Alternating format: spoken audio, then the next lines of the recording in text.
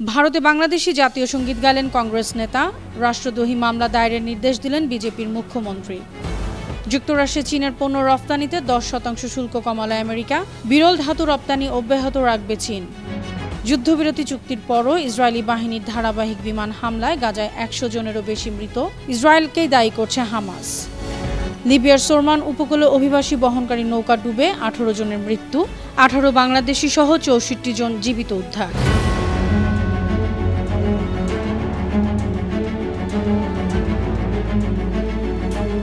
শুনছিলেন সংবাদ শিরোনাম। সবাইকে স্বাগত জানাচ্ছি বিশ্বজুড়ে প্রতিদিনে বিশ্বের বিভিন্ন প্রান্তের সব শেষ তথ্য জানাতে আপনাদের সঙ্গে আছি আমি অনন্যা চৈতি। যুক্তরাষ্ট্রে চীনের পণ্য রফতানিতে শুল্ক 57% থেকে কমিয়ে 47% করার ঘোষণা দিয়েছেন মার্কিন প্রেসিডেন্ট ডোনাল্ড ট্রাম্প। বৃহস্পতিবার দক্ষিণ কোরিয়ার বুসান শহরে চীনের প্রেসিডেন্ট শি জিনপিং এর সঙ্গে বৈঠকের পর এ ঘোষণা দেন তিনি। এই শুল্ক হার তাৎক্ষণিকভাবে কার্যকর শুরু হয়েছে। ট্রাম্প জানিয়েছেন, যুক্তরাষ্ট্র ও চীনের মধ্যে 1 বছরের বাণিজ্য চুক্তি হয়েছে, এটি নিয়মিত বাড়ানো হবে। এই চুক্তির সঙ্গে কিছু শর্তের কথাও বলেছেন ট্রাম্প। শর্তগুলো হলো, বেইজিং আবার আমেরিকান সয়াবিন কিনবে, বিরল ধাতু রপ্তানি অব্যাহত রাখবে এবং ফ্যান্টানিলের অবৈধ বাণিজ্য নিয়ন্ত্রণ করবে।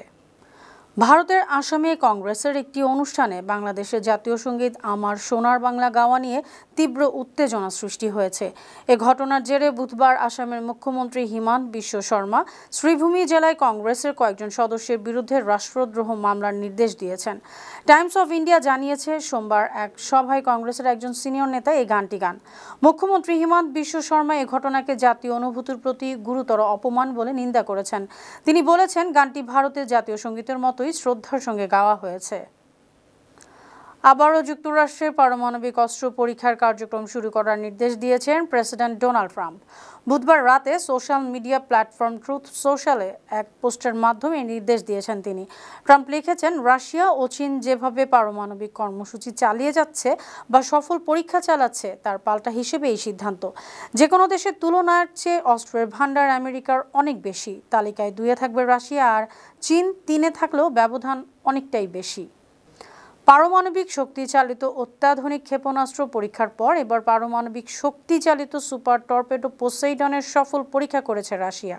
বুধবার যুদ্ধাহত সৈন্যদের সঙ্গে কথা বলার সময় মস্কোর একটি হাসপাতালে দেশটির প্রেসিডেন্ট ভ্লাদিমির পুতিন এ কথা জানান। পুতিন জানিয়েছেন, মঙ্গলবার পরীক্ষাটি করা হয়েছে। তার দাবি, পোসেইডনের শক্তি সারমাট আন্তঃমহাদেশীয় ক্ষেপণাস্ত্রকে ছাড়িয়ে গেছে। পুতিন গত সপ্তাহেও একটি পারমাণবিক ক্ষেপণাস্ত্র উৎক্ষেপণ মহড়া করান। যুদ্ধবিরতি সত্ত্বেও ফিলিস্তিনের স্বাধীনতাকামী সশস্ত্র সংগঠন হামাস নিয়ন্ত্রিত গাজায় একের পর এক হামলা করছে ইসরায়েলি বাহিনী। বৃহস্পতিবার গাজার উত্তরাঞ্চলে ফের প্রাণঘাতী হামলা করেছে ইসরায়েল। আল শিফা হাসপাতালে বরাতে জানা গেছে, গাজার বেইত লাহিয়া এলাকায় বুধবার সন্ধ্যায় বিমান হামলায় 2 জন নিহত হয়েছেন। তবে ইসরায়েল দাবি করেছে সেখানে অস্ত্র মজুত করা হচ্ছিল, এটি তাদের সেনাদের জন্য হুমকি ছিল। গেল 10 অক্টোবর থেকে গাজায় হামাস ও ইসরায়েলের মধ্যে যুদ্ধবিরতি শুরু হয়। তারপর উভয় পক্ষই একে অপরের বিরুদ্ধে যুদ্ধবিরতি লঙ্ঘনের অভিযোগ করছে। যুদ্ধবিরতি চুক্তির পরও ইসরায়েলি বাহিনীর ধারাবাহিক বিমান হামলায় সব মিলিয়ে 100 জনেরও বেশি মানুষ নিহত হয়েছে। এ কারণে গাজা উপত্যকায় উত্তেজনা বেড়েছে। এ কারণে ইসরায়েলকে দায়ী করেছে হামাস। বুধবার বিবৃতিতে ফিলিস্তিনের মুক্তিকামী সংগঠনটি বলেছে, ইসরায়েলকে গাজায় নতুন বাস্তবতা চাপিয়ে দেওয়ার অনুমতি দিবে না হামাস। এই উত্তেজনা বাড়িয়ে রাজনৈতিক পরিণতির জন্য এবং ট্রাম্পের পরিকল্পনা ও যুদ্ধবিরতি চুক্তিতে নাশকতায় ইসরায়েলি দায়ী। তাদের প্রাণঘাতী হামলার পরও যুদ্ধবিরতি চুক্তিতে হামাস পূর্ণ প্রতিশ্রুতি পুনর্ব্যক্ত করেছে। ফিলিস্তিনে গণহত্যা বন্ধ করতে ইসরায়েলের উপর চাপ প্রয়োগ করতে মধ্যস্থতাকারীদের আহ্বান করেছে হামাস।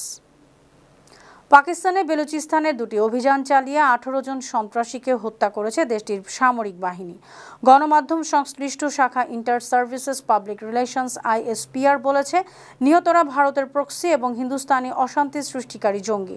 প্রথম অভিযানে কোয়েটা জেলার চিলতান পাহাড়ি এলাকায় ব্যাপক গুলি বিনিময়ে 14 জঙ্গি নিহত হয়। অন্যদিকে কেচ জেলার বুলেদাতেও সন্ত্রাসীদের এক আস্তানায় আরেকটি অভিযান চালানো হয়। সেখানেও 4 জঙ্গি মারা যায়। নিহতদের দখল থেকে অস্ত্র, গোলাবারুদ ও বিস্ফোরক জব্দ করা হয়েছে। নয়াদিল্লি কাবুলকে নিয়ন্ত্রণ করছে এমন অভিযোগ করে আফগানিস্তানকে কড়া হুঁশিয়ারি জানিয়েছেন পাকিস্তানের প্রতিরক্ষা মন্ত্রী খাজা মোহাম্মদ আসিফ। তিনি বলেছেন, কাবুল ইসলামাবাদে আক্রমণ করতে চাইলে 50 গুণ বেশি শক্তিশালী জবাব দেয়া হবে। সম্প্রতি পাকিস্তানের এক সংবাদ মাধ্যমকে দেয়া সাক্ষাৎকারে তিনি হুঁশিয়ারি জানান। এদিকে গত শনিবার তুরস্কের ইস্তাম্বুলে পাকিস্তান এবং আফগানিস্তানের দ্বিতীয় দফা শান্তি আলোচনা সফল হয়নি। এরপরই আসিফ আফগানিস্তান নিয়ে এই অভিযোগ করেন। একই সঙ্গে শান্তি চুক্তি থেকে বারবার পিছিয়ে আসার জন্য আফগান আলোচকদের নিন্দা করেন। মাদক পাচারে ব্যবহৃত 3টি বিমান আটক করেছে ভেনেজুয়েলা। ক্যারিবীয় অঞ্চলে কথিত মাদক পাচারকারী চক্রের বিরুদ্ধে মার্কিন সামরিক মোতায়েন নিয়ে উত্তেজনার মধ্যে বুধবার এসব বিমান আটক করা হলো। দেশটির প্রেসিডেন্ট নিকোলাস মাদুরো বলেছেন, গতকাল একটি মাদক পাচারকারী বিমান ক্যারিবীয় দ্বীপপুঞ্জে প্রবেশ করে। ভেনেজুয়েলার বিমান বাহিনী 1 সেকেন্ডের মধ্যেই এটি শনাক্ত করে। তিনি আরও বলেন, উত্তর দিক থেকে 2টি মাদক পাচারকারী বিমান প্রবেশ করেছে। আইন অনুসারে এগুলোকে বাধা দেওয়ার অধিকার আছে। লিবিয়ার উত্তর পশ্চিমাঞ্চলীয় শোরম্যান উপকূলে অভিবাসী বহনকারী একটি নৌকা ডুবে 18 জন মারা গেছেন। মঙ্গলবার এ ঘটনার পর 64 জনকে জীবিত উদ্ধার করা হয়েছে। আন্তর্জাতিক অভিবাসন সংস্থা জানিয়েছে, উদ্ধারকৃতদের মধ্যে 29 জন সুদানের পুরুষ, 1 জন নারী ও 1 জন শিশু ছিল। অন্যদের মধ্যে 18 জন বাংলাদেশি, 12 জন পাকিস্তানি এবং 3 জন সোমালীয় নাগরিক। তারা সবাই আল জাউইয়া শহর ছেড়ে যাওয়ার কয়েক ঘন্টা পরে তীব্র ঢেউয়ে নৌকাটি ডুবে যায়। তবে মৃতেরা কোন দেশের এখনও নিশ্চিত করা যায়নি। সুপ্রিয় দর্শক, এই ছিল আজকের বিশ্বজুড়ে প্রতিদিনের আয়োজনে। দেশ বিদেশের বিভিন্ন খবর নিয়ে আবার আপনাদের সামনে হাজির হব। সেই পর্যন্ত ভালো থাকুন, সুস্থ থাকুন, 52 টিভির সঙ্গে থাকুন। ধন্যবাদ।